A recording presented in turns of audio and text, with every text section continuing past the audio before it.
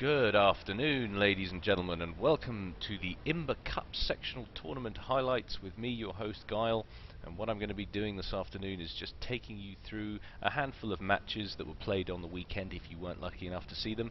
If you would like to see all of the live stream coverage, or at least the coverage that was live at the time, do log on to the Twitch TV Supreme Commander Forged Alliance channel that Zep managed to put up the other day, and I believe you can still see all the coverage with commentary by Gowley and TA for Life on there. So if you'd like to catch it, head on over, and they did a pretty good job of covering that. That was about 4 hours of coverage. Like I say, I think there was something like 40 plus matches that were played on the weekend, so I'm not even going to attempt to cast that many. What I've done is I've taken a handful of matches and I'm literally just going to go through them just to give you a kind of a flavour of what was going on.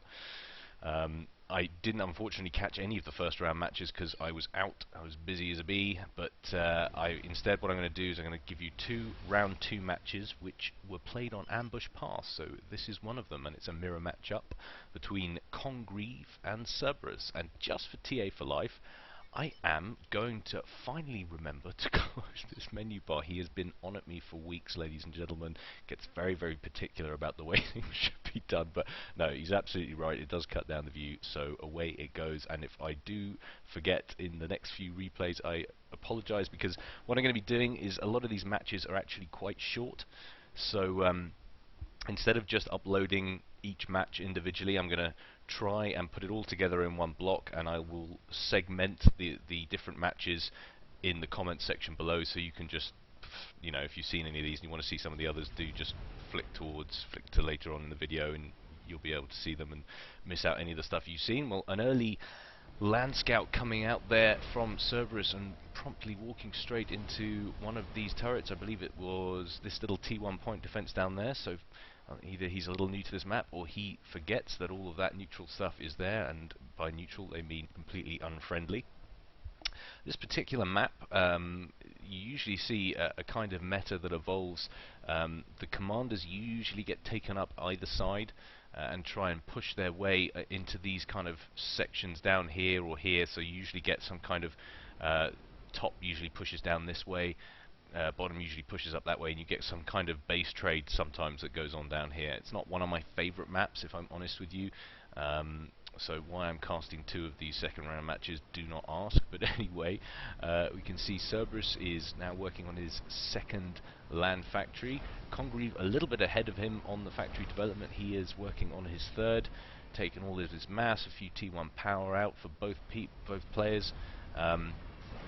Yeah, so Congreve looking a little bit ahead on scoring. You see that there are some large reclaimable rocks sitting at the back of their bases, or at the front. They're not actually, it's interesting, I've never noticed that before, they're not actually matched up mirror for mirror. They are on different sides, so a little bit of asymmetry.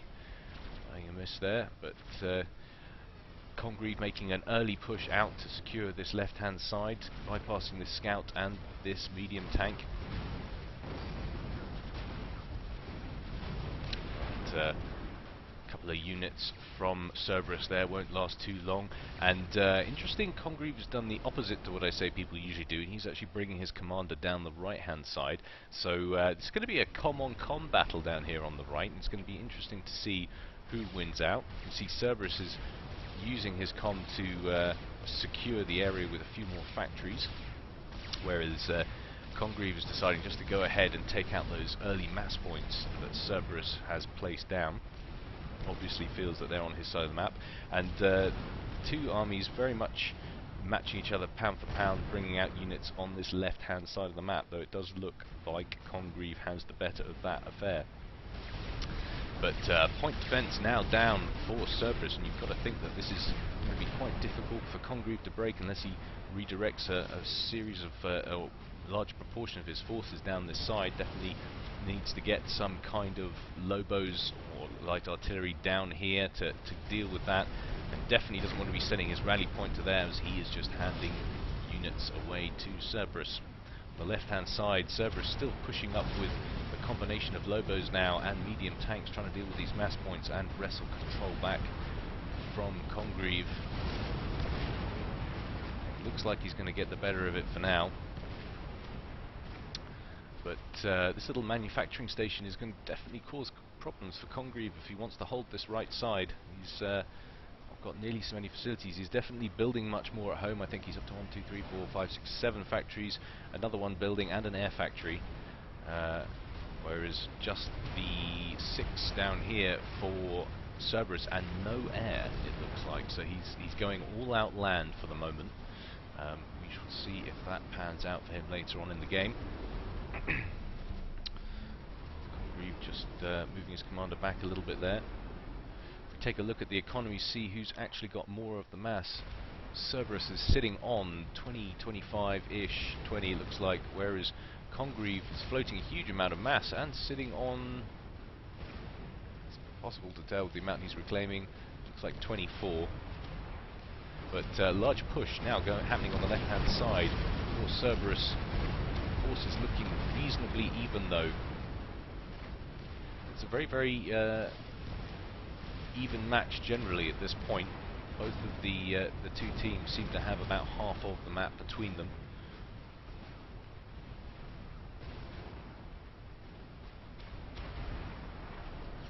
And an early T2 air factory, so Congreve definitely looking at the later game, or at least the next move. Not happy to stay on T1 land, but there is a lot of T1 land on the right hand side. Cerberus now electing to move forward. Looks like that's pretty good timing, and this could spell disaster for Congreve. He's going to be pushed right back to his base, I think, if he's lucky to get his commander out at all. If they clear out the rest of this spam, they'll be able to focus him down, I think. Lots and lots of Lobos going off towards him, doing huge amounts of damage. Just didn't have enough ground forces, I think, to deal with it all. Congreve will make it out of there with half his hit points intact. But he also looks like he's losing the match on the left-hand side. He's had to redirect some of his ground forces to protect his commander, and that will give Cerberus the edge on the left-hand side. So Cerberus taking both sides of the map simultaneously in a very nice maneuver, and it will have to wait to be seen whether or not this works out, whatever it's doing. It looks like he's preparing for some kind of ghetto gunship run with the T2 transports, but will he get time to use the strategy? The force is just not numerically superior enough for Cerberus to deal any kind of killing blow at the moment. They will get forced back to the fringes of Congreve's base, but map control now firmly in the hands of Cerberus. Still not attempting to counter any kind of air, but I guess he hasn't seen any kind of air attack from Congreve, so does he even know that air factory's there? He does know it's there, and he can see it's T2, so it'll be interesting to see if he does anything about that. He may not think that Congreve has the economy, now that he's seized a proportion of the map from him, to do anything sufficient with that T2 air factory.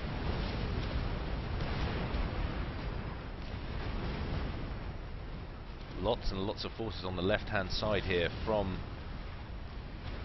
Cerberus pushing up, and of course they're not being reinforced for Congreve enough because he is busy filling these transports, and look at the amount of mech marines you can get on these transports. He's actually got a third one out, my goodness. So, I mean, this looks like it might be an all-in play going in to try and snipe the commander, and if he goes soon enough, this might well work, because I see there's no air on the field. He has finally got a factory up, actually. Do beg your pardon, and he is building inties, so unless this doesn't go really, really soon, this may not work for Congreve. He needs to get this out now. There's very little ground-to-air anti-air. There's a few here and there. It looks like 3 or 4 in this whole bunch. And in it comes now, going straight for Cerberus's commander, and look at the damage they do. 3 T2 transports full of mech marines, and that will be the end of Cerberus. Very nice play. Cerberus not happy about it in the slightest. Dick move, but GG. It's a very nice play from Congreve, and that really was an all-in, because he had effectively lost map control, and there's no doubt if they had been shut down, that was going to be game over for him. But that's a very nice win from Congreve from behind. So props to him. Let's move across to game number 2. It's always interesting to see victories snatched out of the jaws of defeat like that.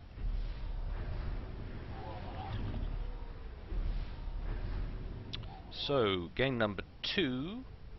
What have we got here? It's going to be Maverick versus the Godfather, or the Godfather 3, but I don't know why he chose that movie. It's the least it's the least favourite of most people's, I think.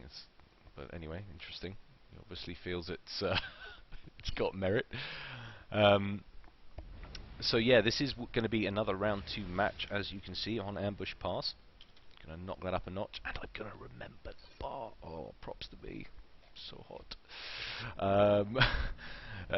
Maverick going straight for a T1 Land Factory, and mirrored by the Godfather 3. This is going to be a Aeon Seraphim matchup.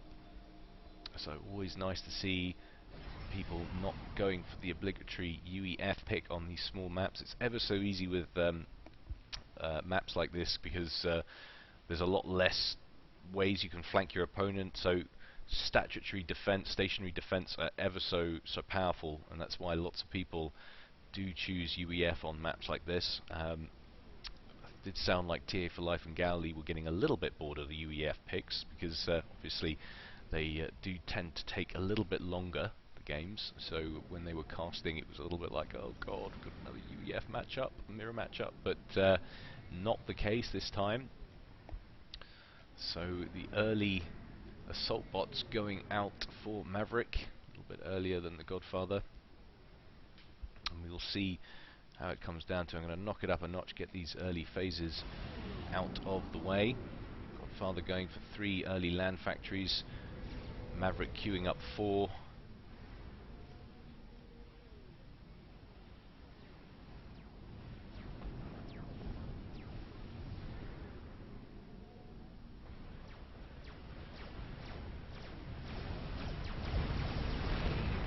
Early medium tank from the Godfather, going to work nicely on the early units there. Will he pick off this little engineer at the back? Yes, he will. And that's always annoying. If there's anything that's going to get your blood pressure up, it's that kind of play early on. Losing those early engineers. Ever so satisfying when you're doing it to somebody else, but when it's done to you, it's annoying as hell. But he does return the favour on the left-hand side. That little Aurora snagging that kill. Godfather saying enough's enough. He's moving his commander down the left-hand side.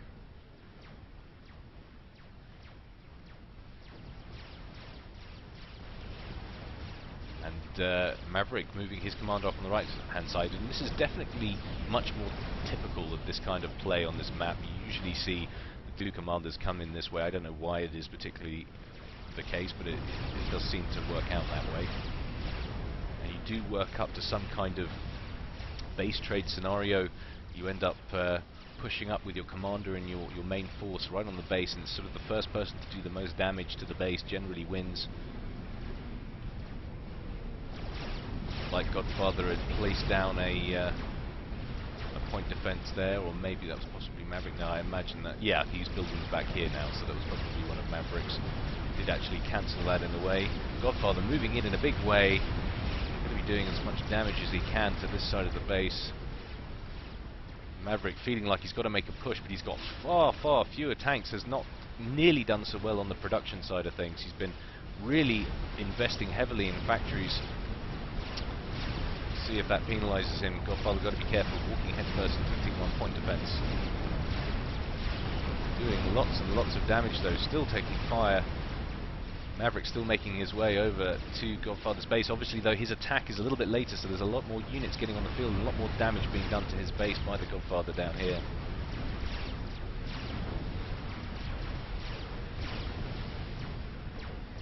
More T1 point defense being hastily constructed, but the question is, will it get up in time? Will it do enough damage? Meanwhile, up here, Maverick has moved up. He's managed to steal this mass point up here, but there's plenty of point defense that has been constructed for the Godfather.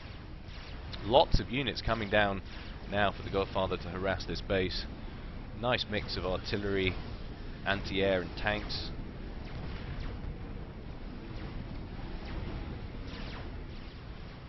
Maverick now taking his commander around the back of his base, but to be honest, he's looking completely isolated. He is building some more factories down here, but I just get the feeling he needs more units than factories. Base is being completely destroyed down here. He's completely by himself, and now all of the units that have been in production for the Godfather, instead of reinforcing the front points, are going to be attacking Maverick's commander. Lots and lots of light artillery doing lots of damage. Maverick down to 6,000 hit points. He's trying to be as aggressive as the Godfather is to his own base, but just haven't got the assisting forces to manage it. As he goes down now into the red, 2,600 HP. Meanwhile, Godfather's looking in pretty good shape in his own base.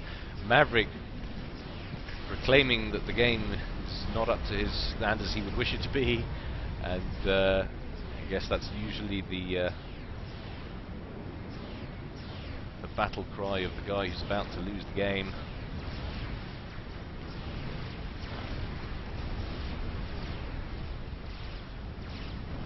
Meanwhile, Godfather just going to town the rest of his base there. It looked like he was going to try and get a new production centre up here, but with the lack of mass and the lack of map control, apparently the Godfather's cheating. Hughes just did. Of course, that must happen every time you lose, Maverick, definitely. And Maverick leaving the game. Well, pretty convincing win there for the Godfather as we move on to our third game.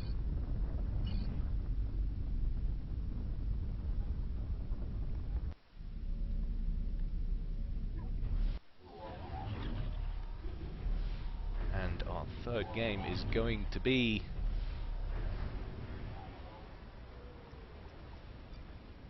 Allside versus Tiptoeshe. And this is going to be on 4-leaf clover, I do believe.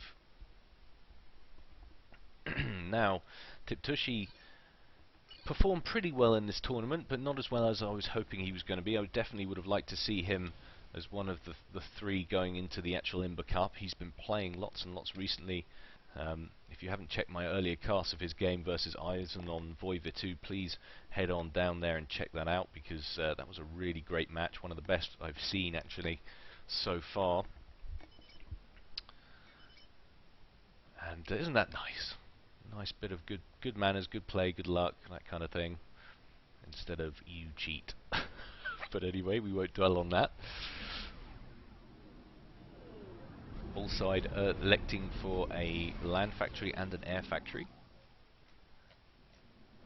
Tiptoeshe working on predominantly power. It looks like he's queuing up first, and that one T1 land factory is up and running. Allside making an early push with an engineer, because obviously there's all this mass sitting in the middle. Curiously not sending any engineers early though out here, so this little land scout isn't going to pick anything off just yet.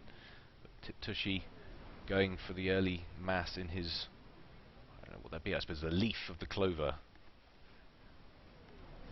Lots and lots of land factories queued up for Tiptoeshe, very, very aggressive, and slightly fewer in number. Well, actually a similar amount from Allside queued up as well. So both sides typically, and rather unsurprisingly, electing to get as much T1 spam out as possible. Early T1 bomber out from Allside, coming in to do as much early damage as possible. No air facility up and running for Tiptoeshe, and no anti-air in the base that I can see offhand. It's going to go straight for some engineers. There is your first T1 anti-air. Will it get any engineers? Gets one. Question is, will it get a second pass in? Takes out two, and that is incredibly annoying for Tiptoeshe. They were the two that was queued up. All the rest of those air factories, or sorry, land factories, both have their commanders now in the middle. Tiptoeshe getting up some early PD, just trying to seal off this side so he can get the rest of this leaf. And finally, Tiptoeshe has an air facility up, obviously very, very irritated by that early bomber, so we'll be able to deal with it. Early engineer drop coming out from Allside, who is literally going up right round the back. He's going to try and make some kind of steal on these mass points. No, he's bypassing them completely, and he's going to try and do something cheeky at the back of Tiptoeshe's base, it looks like. I wonder if that's even going to get to land. Yes, it is, because he lands it well within, or well away from the sight range of Tiptoeshe. Has Tiptoeshe got any radar up? He has not, so he does not see this yet. And Allside pushing very aggressively up with his commander into the front of Tiptoeshe's base. Meanwhile, Tiptoeshe's commander is right in the middle of the field. Not really in the best position, but Tiptoeshe now realizing that he has to get out of the way. And look at this very cheeky play from Allside. I like it a lot. Gets his radar up and is recycling.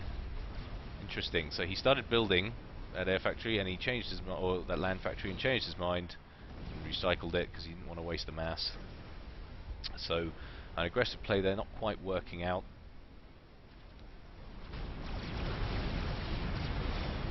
But initiative definitely with Allside at the moment. However, does look like in terms of mass control and actually grab mass, Tiptoeshe might be getting ahead. If we take a look at the economy, Tiptoeshe is sitting on 34, Allside is sitting on 18. So definitely the amount of build power favours Allside, and the amount of units on the field is definitely benefiting Allside at the moment.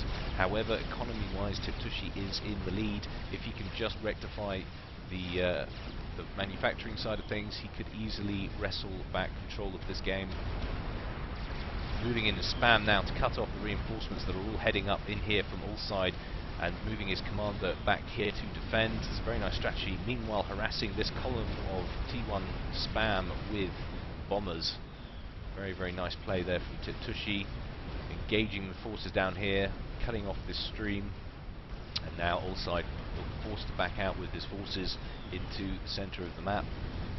And Tiptoeshe now really got his spam on. Plenty of factories in operation for Tiptoeshe, bringing his forces out into the middle of the map. Allside is going to do a cheeky steal of these mass points, but still hasn't made a play for any of these places. Still hasn't got control of up here. Meanwhile, all of this mass up here firmly in control. It was a very nice, secure operation from Tiptoeshe, sealing off this kind of area.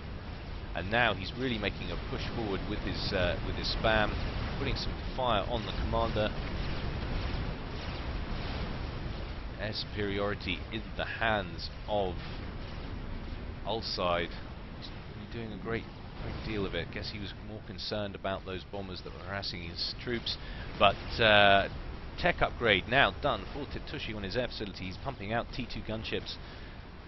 Definitely planning some kind of snipe, it would seem, or game-ending strat. Tiptoeshe now sitting on the 45 mark for his mass income, whereas Allside still on 18, not improving it at all. And if this goes on, I don't see any way Allside will be able to keep up.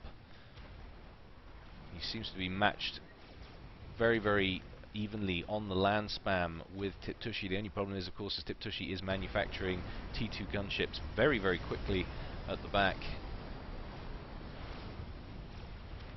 And with the amount of inties on the field as well, I do feel that Tiptoeshe has air superiority on top of it, so these gunships are going to be very, very safe. And of course, doesn't look like there's any T2 land in production. He has stopped production of all of those, so it does suggest he's building something. He's upgrading his commander, probably to Tech 2 or the cannon upgrade.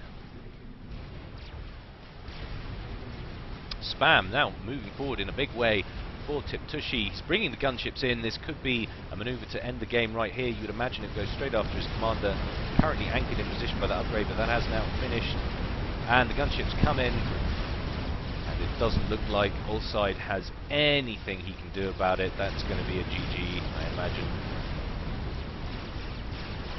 Starting to build some T1 air defense, but that's just not going to cut the mustard, my friend. And there's the GG. So well played from Tiptoeshe. Nice play there. And Allside did well, but he just didn't get enough mass going and didn't match Tiptoeshe on the ground. Tiptoeshe did manage to bring his forces in what looks like right round the side as well. Took out that point defense and moved right round and took out the hydrocarbon. So really, he had beaten Allside there on most fronts. But good, exciting game nonetheless. So our fourth round game will be.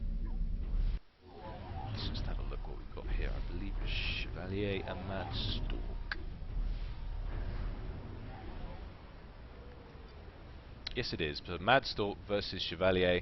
Chevalier and the Godfather, by the way, two people we featured so far, were two of the three people that went into the tiebreak. I will explain the tiebreak at the end.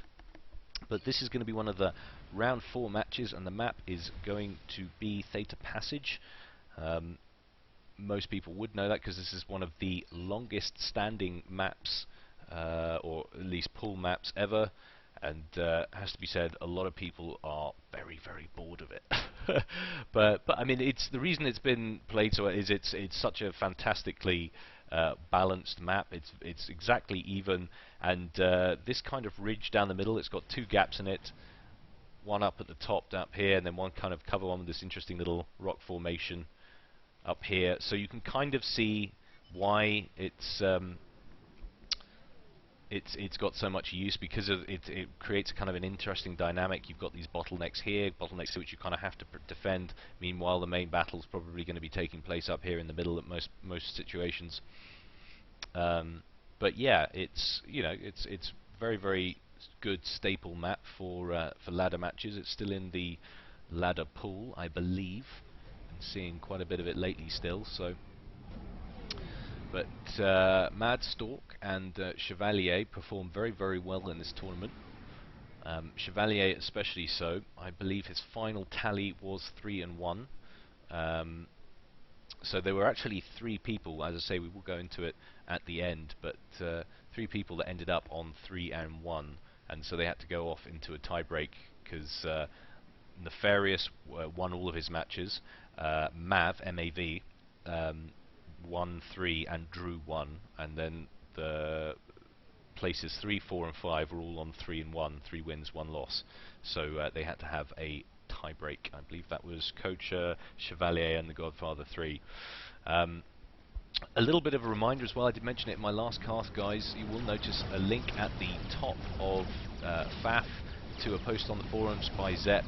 Please help Z Pilot out with his bug reporting. Remember that FAF is in beta. It's everybody's responsibility to beta test. So if you have a problem, try to recreate it, send in bug reports, all of that jazz, and give the guy a break, because obviously he's trying to get all of this done, make balance changes to the game, get all of the coding right for the client all the time, trying to fit it in around a full-time job. So do help him out, guys, because he's put in so much work to allow us all to have a platform in which we can still enjoy this amazing game. So yeah, that's my obligatory shout out for the day. Also, if you haven't liked Anaril's Facebook page, please go do that. That's www.facebook.com/forgedallianceforever. It's up to 70, 80, 90 members now. It's a really good place to get all of your media and stuff. Meanwhile, if we actually focus on the game, both guys going for the standard meta on this map, which is building land factories around the hydrocarbon that's right in front of your base, which allows you to get maximum possible benefit from your power to production ratio, speeding up production as well. And air factory now going up for Chevalier, but none yet for Mad Stork. So we're probably going to see some early bombers out here. And you can see the effect this kind of these little passages have on the game. Units passing backwards and forwards through, trying to snipe these mass points that are either side. Doesn't look like this one's going to get anywhere from Mad Stork because of these flanking ones. But Chevalier got his commander right up front on Mad Stork's side of the map, being very cheeky, stealing that mass point. Imagine that will stay there too long due to this little light artillery down here. Be good if you move that up and snipe it.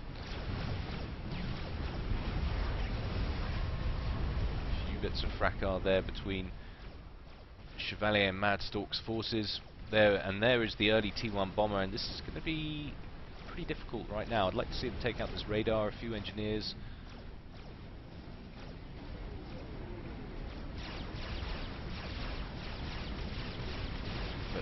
really, for the minute, he doesn't have anything to counter it, but he has started producing T1 anti-air. He's going to go straight for that radar. Yes, he is. So easy to get rid of people's radars. Literally about 3 hit points. Ridiculous. Sneeze on it, thing goes up. Meanwhile, Mad Stork's forces pushing up past the bottleneck, trying to do damage to one another, but really committing quite heavily here. You can see Chevalier on fewer hit points than he is. However, he is really caught out by all of Chevalier's forces, and he's not going to get out of this. Overcommit, was hoping for the draw. Chevalier on under 100 hit points there, so a good effort to try and force the draw there from Mad Stork, and that would have been actually quite crucial, I think, because Mad Stork, that would have probably knocked, that would have knocked Chevalier out of the tiebreak scenario, and it would have just been a tiebreak, I believe, between Godfather, the Godfather 3 and Coacher in the end. So that would have been crucial, but nicely done, nicely handled right to the end by Chevalier.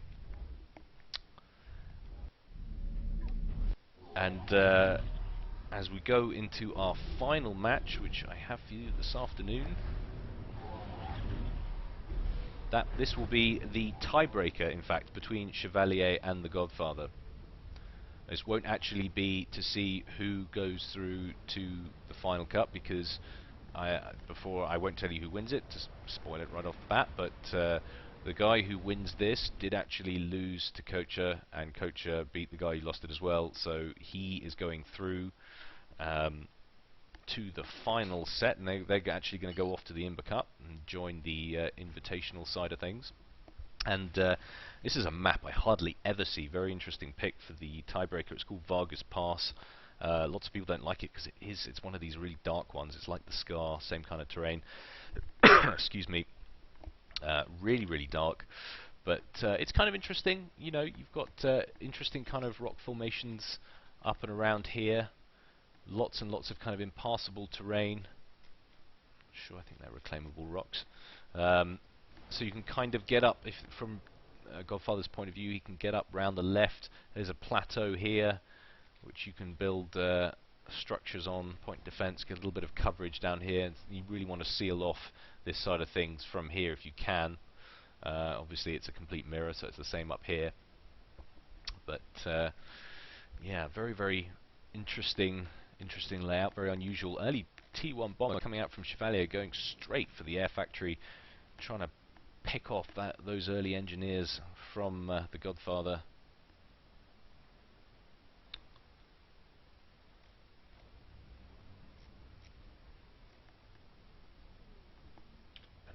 And beef that up a little bit quicker because it's taking so long for him to make his way across the map. And we want action.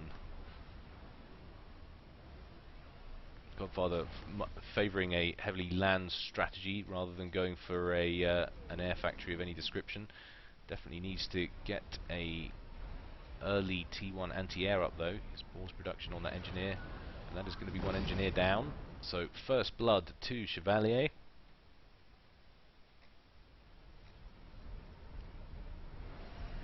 And out comes the anti-air. Really want to be wasting time and energy and effort shooting the commander. He's not going to do much there. Definitely wants to pick off this engineer if he can. Meanwhile, light assault bot and land scout closing down this engineer, who's currently started building a land factory, but I don't know if he's either going to have to retreat or he's going to die, because he's not going to get that up in time. There goes that engineer, so bomber paying for itself nicely. And being chased around by mobile anti-air T1, but it's not going to be particularly effective. If Chevalier manages to keep this guy on the move, he might well be able to pick this engineer off. He'll probably get shot down by these two anti-air coming in here, but it will be worth it just to hamper this this mass production.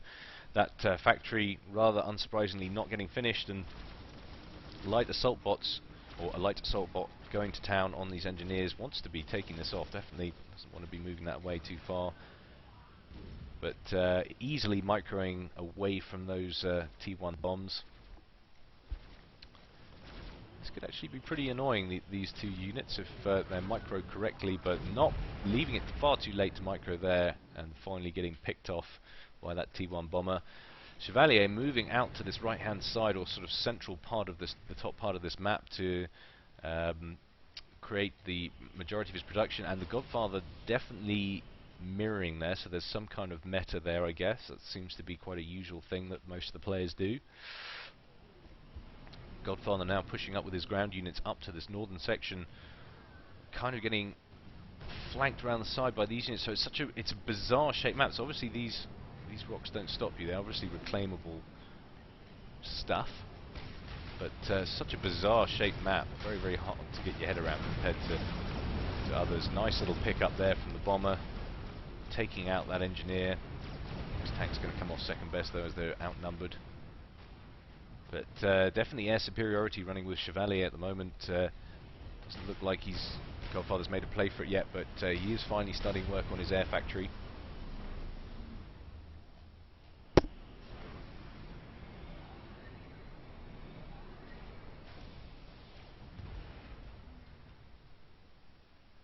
Chevalier now moving his commander up to the right hand side of the map.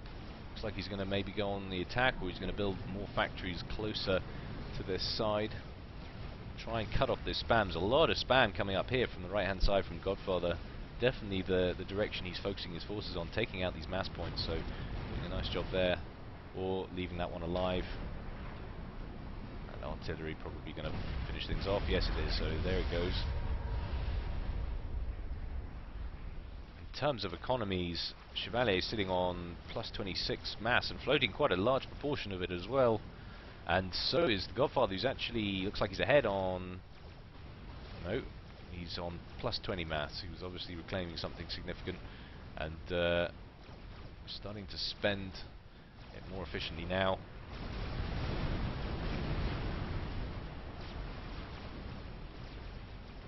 Land force advantage definitely seems to be with Godfather on this right hand side. Nice little pickup of this mass point down here by a couple of rogue units from Chevalier. But Chevalier bringing his commander, sensing the trouble that this could cause, bringing his commander into the fray. Just microing forwards and back with his artillery, getting a few shells off, and probably going to do most of the damage now with his commander. Use it as an opportunity to get ranked up. But T1 point defense and radar up for the Godfather, so definitely trying to secure this area, but that does go down to T1 artillery fire.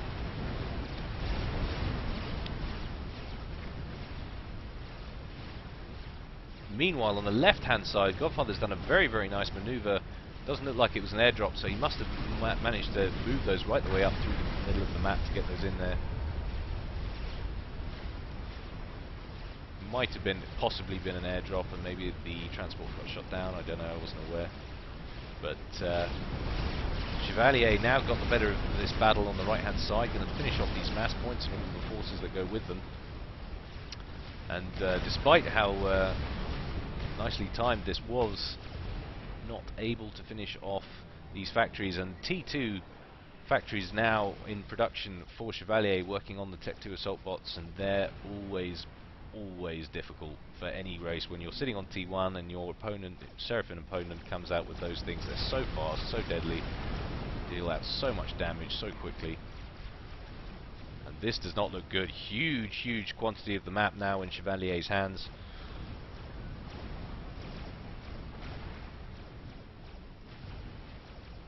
Mass now sitting at 36 for Chevalier and 15 for the Godfather, so Chevalier more than double his opponent.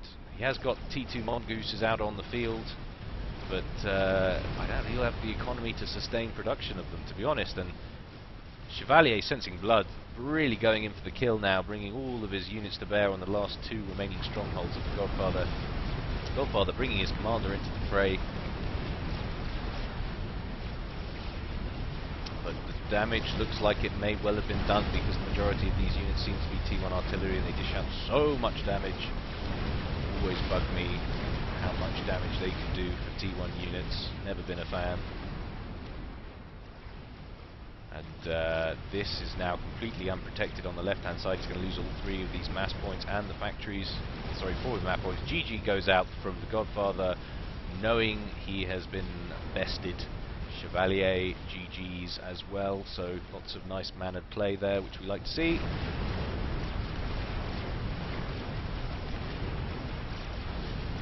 That is going to be the end of the Godfather. Imagine he'll just march his commander in and try and take as many things down as possible before the inevitable end.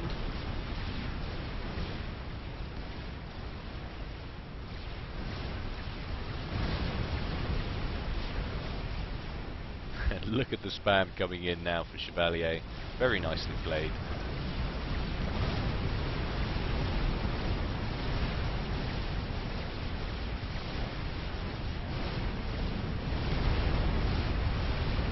My worst map, the Godfather says.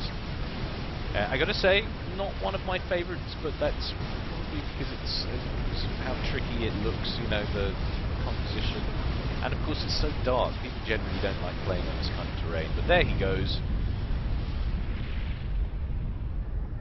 And it's very nicely played from Chevalier. So that kind of concludes the replays I got for you today, guys. I hope you enjoyed it. It was... they were certainly fun to watch. Like I say, if you are interested on watching more of the live stuff that was recorded, you can go on over to the Forged Alliance Forever Twitch TV channel. So just go to Twitch TV and search for Forged Alliance Forever, and you should get the link to it. And this is just a look at the rounds, the results from round 1 through 4. This particular one doesn't have the tie breaks on it, but I'll show you those in a sec. So you can kind of see a quick look at some of the results, and Nefarious just winning every single game, and this is why he's you know, there's so much speculation as to who this guy is. Is he a returning pro who's using a different name, or is he possibly being very cheeky and you know, playing on a separate account? Is he a smurf of one of the guys who already has an invitation to the tournament? Obviously, if that's the case, that would cause problems, because you can't end up playing yourself. You get put in the same bracket. And Luzon says that Nefarious, the count Nefarious, will be barred from play if it gets found out that that's the case. So the next person down on the list will get a place. So let's just look at it. So you can see Nefarious won 4, lost 0, tied 0. Mag won 3 and tied 1. His tie was against Congreve. I wish I didn't get a chance to see that. I did actually ask around, see if anybody had that replay. I didn't get a chance to see it. That's that one there. It was in round 3, so that would have been on 4-leaf clover, I believe. Yes, it would have. So those two go through. And that last tiebreak was between Chevalier, the Godfather 3, and Kocha. Chevalier, as you can see, beat the Godfather 3. If we take a look in here, Chevalier 1-0, Kocha 1-0 against the Godfather, but Kocha also 1-0 against Chevalier. So Kocha beat Chevalier in another game of Vargas Pass, and that means he goes through. But it also means that if it is the case that Nefarious has done something nefarious, and he gets rejected for whatever, you know, banned from the tournament, Chevalier will take his place. So there is hope for him yet if there has been cheekiness. But still, very nice play from everybody. I hope you enjoyed it. I'm going away for a couple of weeks, so this may be my last cast for a little while. But TA for Life is around. He's already covered one of the matches which I watched earlier, the first round match, which is on Crossfire Canal. Really excited about the fact that that first one got picked, because we're going to see lots of different types of tech and lots of game enders and, you know, all kinds of different stuff, which you don't usually get to see in the kind of pro level play. But yeah, do check out his channel regularly. You'll be able to see a lot of the stuff happening on there. But as for me, that's me done. So I'll catch you guys later.